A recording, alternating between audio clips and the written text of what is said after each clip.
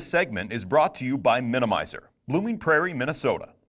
Minimizer was formed more than 30 years ago when truck driver Dick Kruckerberg literally invented the poly fender. These are the first blueprints of my fenders 25 years ago. Fast forward 3 decades, and Minimizer makes a variety of aftermarket truck products. Blooming Prairie continues to serve as company headquarters because Minimizer is committed to its hometown and the success of the community as a whole.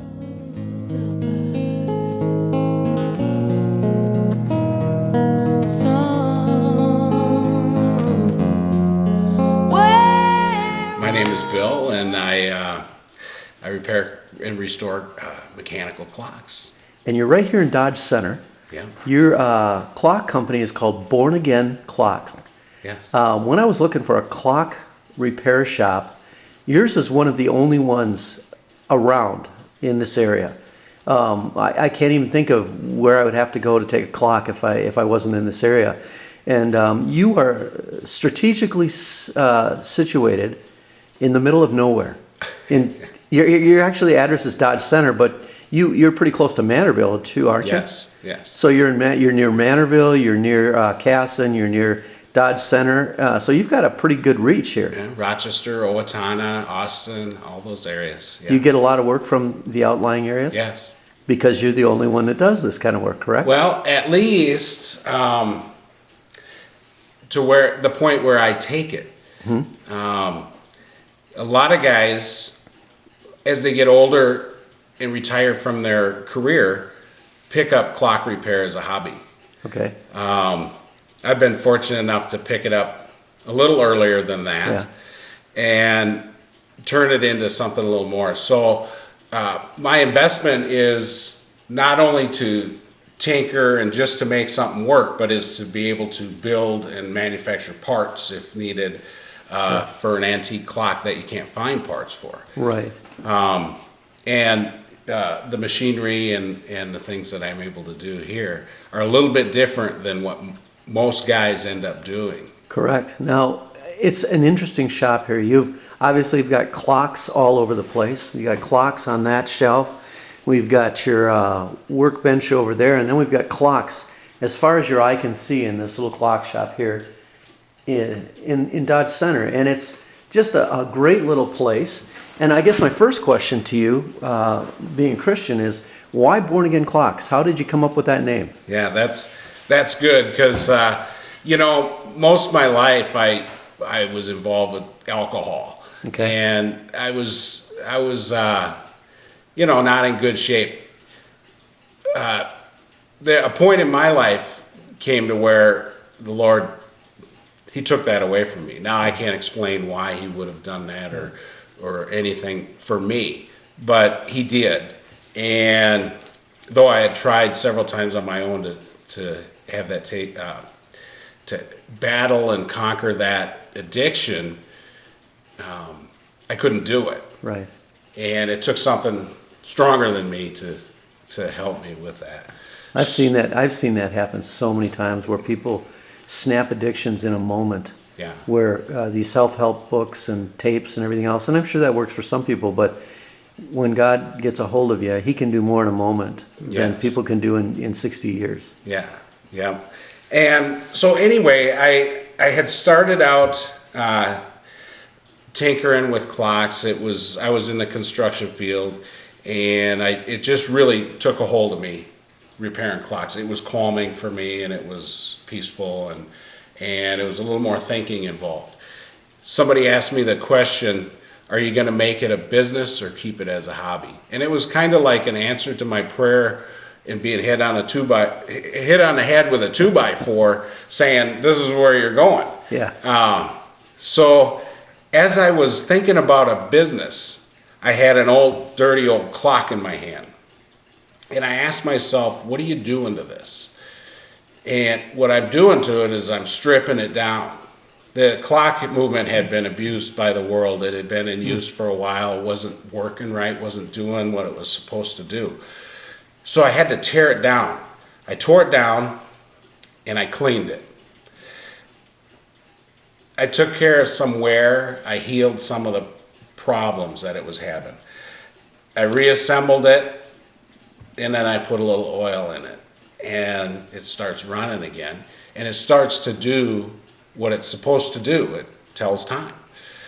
So you anoint your clocks then with oil. Well, so I thought, isn't that something? That's kind of what the Lord did to me. Yeah. He tore me down. He cleaned me up. He added a little oil. And hopefully, I'm doing what I'm supposed to be doing. Yeah. So, I'm not perfect by any means, and I don't think God would expect that, but but He helps me out and teaches us how to embrace our humanity on a practical level and how we can get through from day to day. Yeah. And a lot of people that are on the assumption they can do it themselves find they get deeper and deeper into the hole. Yeah. But surrendering is not giving up. It's giving in to something that's very miraculous and very life-changing. And it's what you do with your clocks. You change the life of the clock. And now, in changing the life of the clock, think about this too, is you're changing the lives of those around that clock that love that clock. Yes, and that's a huge benefit to what I'm doing. It's a lot of times I get somebody in my age where grandparents or parents have passed away, and they bring a clock in because it reminds them of grandma and grandpa. It reminds them of their parent or whatever. There's fond memories to a childhood, things like that. Folks would see it or hear it chiming and running again, and tears come to their eyes, and they just really appreciate it, and it's meaningful to them. Sure. Frankly, we don't need mechanical clocks. Right. We have our cell phones, and everything else tells us time, and very accurately. But a mechanical clock with its ticking, with its memories, with the nostalgic part of and that an antique might hold, is appealing and soothing sometimes. Now, I have a chiming grandfather clock in our home. And I probably would never have a chiming clock in my home, except it reminds me of growing up and staying overnight at my grandparents' house. They used to have a countertop Westminster chime clock. Mm-hmm. And that's when even when I talk to my siblings, that's what we remember growing up is BornAgainClocks3's house with the chiming clock in the back bedroom. Yeah. And there's just something about, you're right, that sound is soothing. And it brings you back to your roots, and it brings you back to better days sometimes. It's to me it's a calming effect, hearing a clock run. Yeah. Just the tick-tock part of it. It doesn't have to have chimes. For me, to sit in my living room and listen to my grandfather clock run is comforting. Yeah. Yeah. Now, you repair clocks that are manual, but do you also repair the electrical clocks too? Some of the electrical clocks I do. Basically from the 30s, the 40s, 50s, they were strong into electrical clocks at that time. Yep. The first thing I'll tell a customer is I'm not an electrician, so I don't like electricity. It scares me. But there are things that I do. The movements can be they're mechanical, just like a wind-up clock is, except missing the mainsprings. They're run with a small motor. I've studied how to take the motors apart and rebuild those. Anything to do with the mechanical part, the electrical part is out of my realm. Right. But usually we can figure something out. Yeah, or order a little motor, or some of those. Did you ever find a clock that you just had to tell a customer, I just can't do it because we don't have parts for it? Well, there's been. I don't think so. I think I get to the point where I just say, you know what, this is going to get done. Now, when I give a quote to somebody, I set my pricing up to where I thought about what I don't like when I'm out buying something or having something done. And I had an experience where I took a car in and he said it would be $200.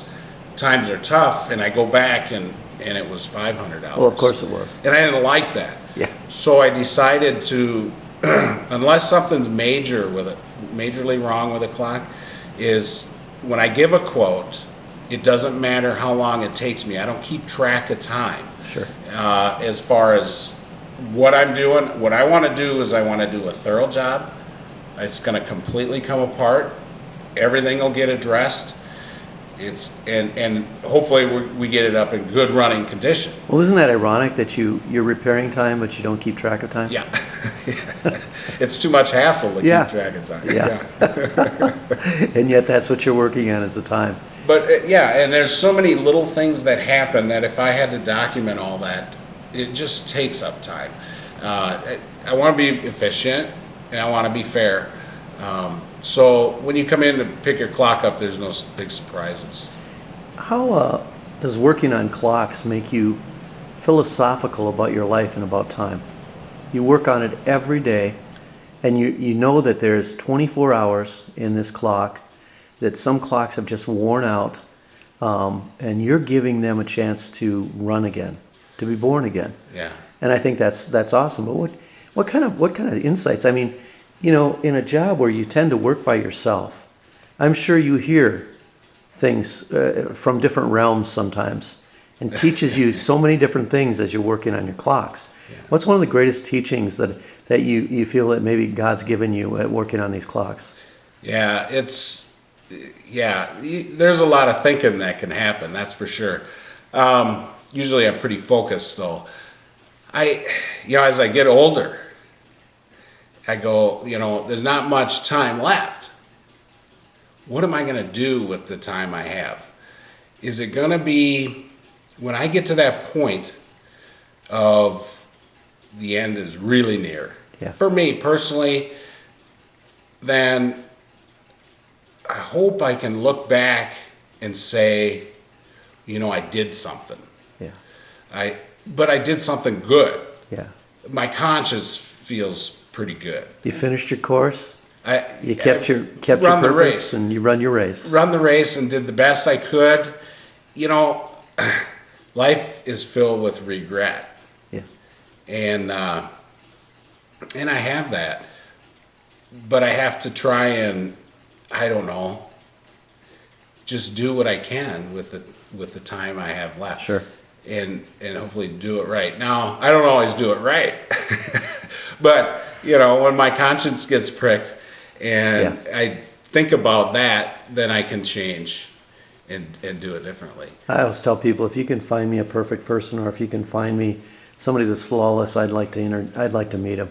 Yeah. And then I'd like to confront them about that lying spirit they have. There's a fella on YouTube that says he's a clockmaker. And he said, if you want to leave a legacy, build a clock. Wow. So I kind of took that and thought, I'm going to leave something behind.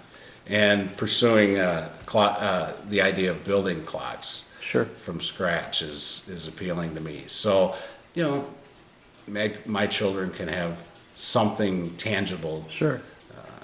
Now, what's the oldest clock you've got in the shop, Bill? Well, that big cuckoo clock there is probably from the 1880s, 1890s. And we're coming upon 1880s, 1890s. Is that a German clock? Yes. Okay, and I know you've got a couple cuckoo clocks here too. Are all these clocks on your walls for sale, so that if people come in, they can actually buy some of these clocks from you? Not all of them. A lot of those are customers' clocks. Sure. The clocks I have some pretty nice ones. Okay, we're with Bill over here in his shop, and he's got quite a shop going on here. You can see he's got some tools over here and tools over here, and he's got a clock that he's working on there on the workbench, and a lot of light. Got to have a lot of light when you're working on these. I don't know how you do that, man. I just, I got to a point where if I don't have my glasses tied around my head, I can't read anything, much less look at inward clock workings. Yeah. How does that work for you? Well, I'm getting older, so I need glasses too. Yeah. But I refuse to wear them. I use magnification. That's the key. Working on small things is magnification and proper lighting. Sure. So if you're able to do that, you can see I got microscopes all over the place. This here swings over all these different lathes. so I can get in tight on something if I need to. Oh, that's great. And you've got lathes here that are set up. And what do you usually use those for? This particular lathe, if I'm gonna polish and burnish a pivot Okay. on a clock wheel, then I would use this. I also use this to make small parts. This one, the size difference gives me different abilities. So we get down to the watchmaker's lathes. This one's good for really tiny stuff. So you repair watches too? Pocket watches. Okay. Pocket watches. I'm not in to wrist watches at this time. So Good. And then what's the little voltmeter over there for? this is part of running this lathe. Okay. So it's a DC motor setup. Ah, I see. And this contains all the electronics. Turn it on and off and run the speed, variable speed. This is a Swiss machine, which will polish and burnish those clock pivots also. Sure. More of a production machine, but it's kind of fun to have. Tool sharpener. The watchmaker's lathe with us, a small milling attachments and things like that set up. And I see your sign up there that says, "Don't ever give up." Yeah. You know what? That was a popular slogan by a very good friend of mine who was kind of in the brotherhood with me in coaching. His name was Jim Valvano, who died of cancer. Okay. And that was his slogan, "Don't give up, don't ever give up." Yeah. So how many times have you worked on projects and you thought to yourself, "Man, I'm going to quit"? Have you ever been there? Oh yeah. Oh yeah, okay. Yeah, oh yeah. There's some stubborn ones, and I have learned something. When there's a problem, it's an opportunity to learn. If we never had problems, we'd never learn anything. Sure, Correct? sure. So the real stubborn ones, even though there's frustration there and you want to get the job done and everything, if I step back, go outside and walk around a little bit or something, then it comes to me that I need to think about it differently than being a problem. It's an opportunity. It's an opportunity to learn and go a little bit farther than where I was before. Sure. So I help a lot of guys that tinker and are new to clock repair on the internet, on a forum, and when they say, "Oh, I hate this type of clock," my response is always, most likely that's because you're not familiar with it. Spend the time with it, learn it, and then it won't be such a nemesis to you. Have you ever thought about writing a book? Or something that you leave behind in print for other watchmakers that want to come up? Well, yeah, but no. Yeah, but no. I got lots to do. It seems like you got a real heart and a knowledge to do something like that. So maybe that's on your next agenda. So when you write your book and become rich and famous, don't forget about all of us little guys here. I wouldn't. If I have money in my pocket, it's going out somewhere. I spend it somewhere or give it away or whatever. So here, I see we've got a lot of brass shavings down in here, and kind of a little. What do you do here? What's this little station? This little table here is sometimes you need to solder. I'll heat up parts and quench them for heat treating some steel parts. The little shavings in this flimsy little tray.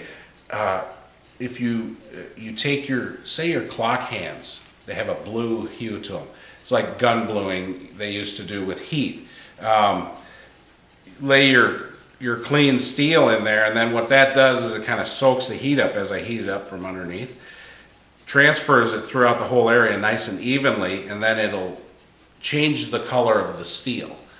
So do you lay that steel right down in those shavings? Right into the shavings, so I can just see part of it, and it will evenly heat it to temper it.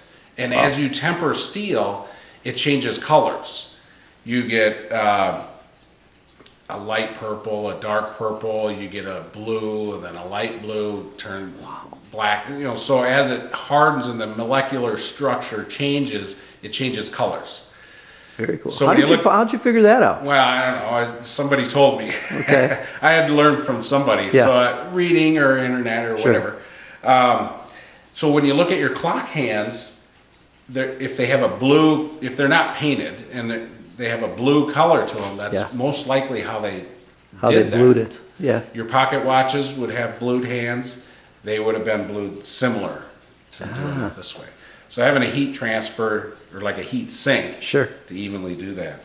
And I see you got some grinders over here and Grinders and a all big kinds of lathe. things. This is a pantograph. This is old school machinery. This is stuff they did by hand to make letters, whatever. I use it for crossing out clock wheels. Those are over there. But this would almost be like the beginning of the CNC idea. You know, as I trace something up here, I reduce the size that it's going to be down here by adjusting these arms up here. So finding a reduction ratio off of a template to get what I need down here, and it cuts it out. So you have to kind of be a tool and die maker as well as anything else then. Yes, yeah, So you're creating your own dies. your own dies or just your own products. Wow. Yeah. Wow, that's great. And everything looks so organized in here. I mean, are you OCD or what? Because No. it's like everything is just absolutely everything in its place and a place for everything. That's Elmer the mill. That's what? This is Elmer, Okay. the milling machine. This is so cool. I bought this from a gentleman who couldn't use it anymore, and his name was Elmer. And he owned this. This is a 1958 Bridgeport milling machine. He owned this for 46 years. He stood behind this machine, and he made some fantastic stuff. I wish I would have more conversations with him years ago. But if I was to cut a wheel out like this one here, I would rig this up on this machine and cut all these teeth to create a wheel. Now this one is one that I messed up, so I made another one, which I have over here. So what do you just use? Brass fittings on the inside? Pardon me. Is that a brass fitting right there? This is brass, yeah. Yeah. Generally, your clock wheels are made out of brass. Brass. Yep. Half hard brass. And you actually punch in the specs up there? Nope, this is all manual. This is just giving me readout in how far I travel. Oh, okay. That's all that this does. Kind of like a Fitbit for a machine.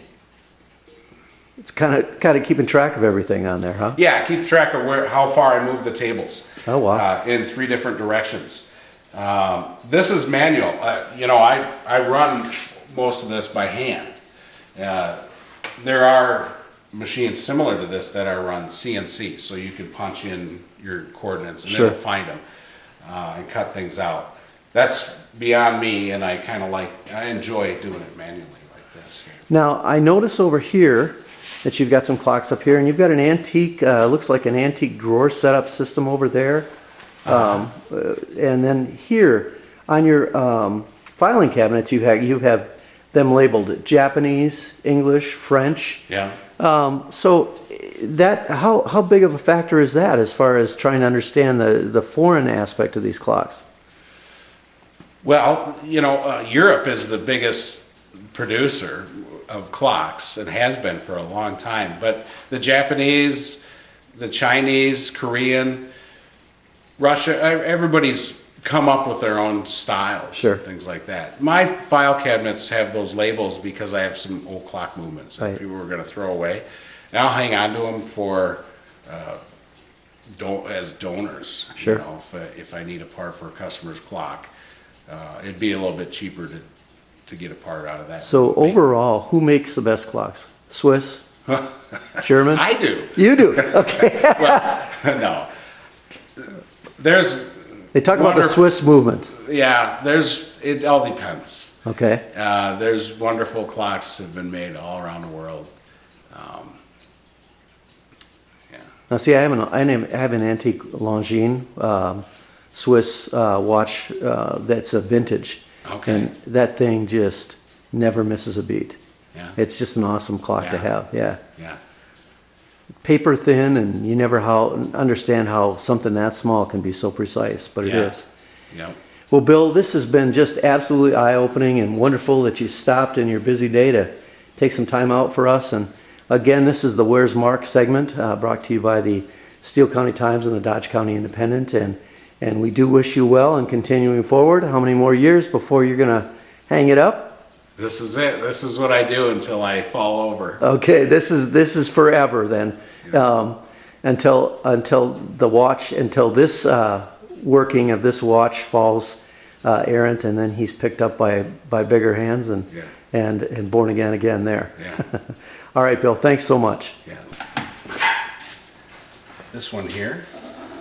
Now you've got your architectural drawings up there on the board. Yeah. Is that for your own designs and for what you're building? Yeah. What I'm building is documented in a book. Okay. I'm following his design Sure. as far as the mechanics. I'm putting my own twist on it as far as the appearance to some of these parts here. So this is a complicated clock, or going to be a complicated clock that I'm about halfway through. It's a fusee-driven grasshopper escapement. So if anybody's watching or they hear that, take a look on YouTube on what a grasshopper escapement clock is, or skeleton grasshopper escapement clock, and you'll see how that works. They're pretty fun. They're very animated and fun to watch, as it tells good time also. But a fusee, if you look at this barrel, all these parts I made myself, but this barrel has got a curve to it, if you can see that curve. Sure. So watches and clocks have Same. used fusees for a long time. Yeah. And basically what it is you wind up this mainspring. It has a lot of power to start with, and then as it unwinds, the power tapers off. This transfers that power so it's an even torque throughout the winding of the mainspring. If you pulled on the small end, if you wrapped a cable and pulled on the small end, it's harder to turn it than if you had it wrapped up here on the big end. It's easier to turn it. So this evens out the torque throughout the winding of the mainspring. It's a little more complicated in adjusting and getting it all set up. And this will sit up in here once I get to that point. These are the wheels that I crossed out on the pantograph. So all this was done on that machine we just saw earlier. Wow. With a large template. And then this one, of course, I've got the teeth cut on that. I need to cut the teeth on these yet. So that's the future. I want to go through this process, get this up and running, and then I've got some design ideas for my own style of clock. Wow. So this could be something that you may even patent at a certain point. I don't know if I'd patent, but hopefully market and get my name out there as I'm doing good work. Yeah. And then sell it. So my idea is... Well, that in itself, Bill, to have a clock that's handmade specifically for somebody's specs, Yeah. that's got to be a very attractive commodity in the marketplace. So my idea is, let's say you wanted me to build you a clock. And it's not going to be cheap, but it would be one of a kind. You could potentially have input on some of the design. Sure. So what its appearance might be. We could talk about if we're going to do a wood case, how you would like that to look, what kind of woods to use, things like that. And then as I'm doing your clock or building your clock, I'm taking photographs, maybe a couple short videos of what I'm doing, and then you would have a compiled video of how your clock was built. Wow. So that's kind of what I'm thinking. You know, See where that goes. that too, and you could actually create a book with a lot of photographs of how your clock was built in stages. Right now I'm doing, on this forum, I'm doing exactly that. It's pretty laid back. Sure. You know, it's not intense, but showing guys different setups, explaining a little bit of how I came up with that, and then how it works out in building one. Sure. So I had one fella on there said he read the book 20 times and just couldn't grasp it, and wondered if he'd ever be able to. Now, this is what I really like, is that when he saw what I was doing and how I was explaining it, he was inspired again to pursue it. So lights went on. Yeah, so I encourage him to pursue that dream and try and build yourself one. Yeah, no, there's so much more. Picture really does say 1,000 things and speaks 1,000 words. But when you're describing it, even in my case where I had a problem with the winding on the grandfather clock, I go to the internet, I read the explanations, I don't get it. You come in here and 3 minutes later, I understand how to change the time on my winding grandfather clock. That is so key. You could put together some tutorial videos out there that you could market really well too. Yeah. That would be awesome. And that's just it. It's we're not really familiar with the mechanics and how to take care of it. So there's opportunity out there to have instruction. There are a lot of guys out there doing that on YouTube. Sometimes it's vague, sometimes it's wrong information. You got to be careful. Sure. But I have no problem if somebody comes in to spend time with them and teach them how to take care of it, how to set it up, things to look for if they're having problems, whatever. It's all part of what I want to do. Right. I mean, you could have a whole tutorial system like cleaning the clock, maintaining the clock, how the clock operates. Yeah. And like I said, to have something like that online, I'm not kidding you. Going online to try to find out some of this stuff about clocks, it's just a headache. It's hard to do. Yeah, it's like trying to learn a different profession, and you have no idea what their terminology means. Yeah. So this has been very helpful. Well, again, I thank you, Bill, for this.